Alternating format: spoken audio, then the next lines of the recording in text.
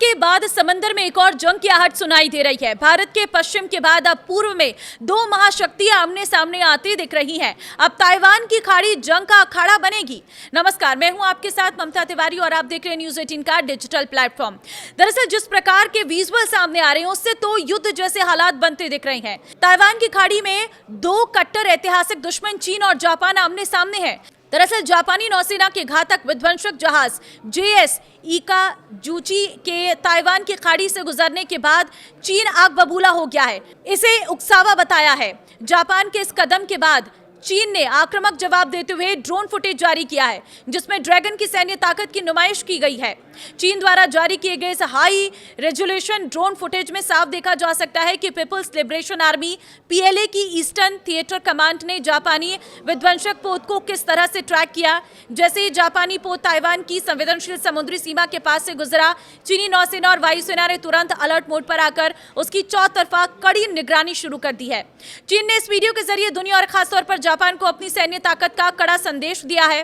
गौरतलब है कि चीन ने 17 अप्रैल को जापानी नौसैनिक जहाज के ताइवान से गुजरने को लेकर आधिकारिक रूप से कड़ी आपत्ति दर्ज कराई थी। ड्रैगन ने जापान के इस कदम को उकसाने वाला कृत्य करार दिया है और कड़े शब्दों में इसका विरोध किया है। अब इस ड्रोन वीडियो के जारी होने के बाद दोनों देशों के बीच कूटनीतिक और सैन्य तनाव चरम पर पहुंच गया है। इस पूरी घटना की टाइमिंग ने आग में घी डालने का काम किया है। जापानी युद्धपोत का ये ट्रांजिट ठीक उस वक्त हुआ है जब चीन 1895 की उस संधि की सालगिरह मना रहा था। इतिहास के पन्नों में ये चीन के लिए गहरे घाव जैसा है। इसी ऐतिहासिक संधि के तहत चीन को मजबूरन ताइवान और पेस्काडोरेस द्वीप समूह को जापानी औपनिवेशिकी शासन को सौंपना पड़ा था। जापान का ये क्रूर शासन 1945 में द्वितीय विश्व युद्ध के अंत में उसके बिना शर्त आत्मसमर्पण करने पर चला था। ऐसे ऐतिहासिक दिन पर जापानी जंगी जहाज का ताइवान के पास आना चीन के पुराने जख्मों को खुरेदने जैसा है।